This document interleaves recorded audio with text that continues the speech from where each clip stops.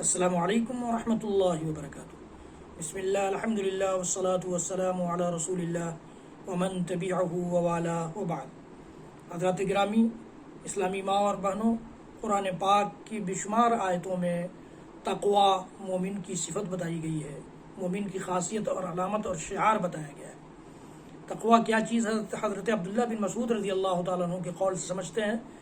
عبداللہ بن مسعود رضی اللہ تعالیٰ عنہ کہتے ہیں کہ التقوی ان یطاع اللہ فلا یعصى، تقوی یہ ہے کہ اللہ کی اطاعت کی جائے، اس کی نافرمانی نہ کی جائے۔ وان یذکر فلا ینسى، اور اس کو یاد رکھا جائے، بھولا نہ جائے۔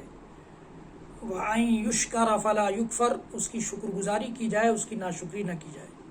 یہ عبداللہ بن مسعود رضی اللہ تعالیٰ عنہ مشہور صحابی رسول نے تقوی کی تعریف اور تقوی کا ڈیفینیشن کیا ہے۔ تو ہمیں اور آپ کو چاہیے کہ ہم اللہ کی اطاعت کرنے لگ جائیں اور معصیت کو بھلا دیں، نافرمانی کرنا چھوڑ دیں۔ انسانی فطرت اور انسانی نیچر کی بنیاد پر کوئی نافرمانی ہو جاتی ہے تو توبہ کریں، لیکن کوشش ہماری یہ ہو کہ ہم جان بوجھ کر اللہ کی نافرمانی، اللہ کی معصیت نہ کریں۔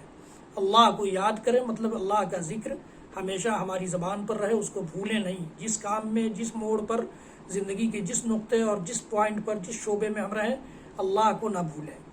اور تیسری چیز کہ اس کی شکر گزاری کا جذبہ ہمارے دل و دماغ میں پیدا ہو جائے، ناشکری کبھی زبان پر نہ آئے، دل و دماغ میں ناشکری کا جذبہ نہ آئے۔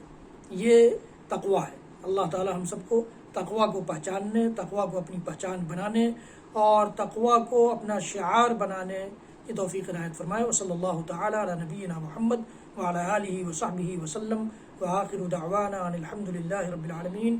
والسلام علیکم ورحمۃ اللہ۔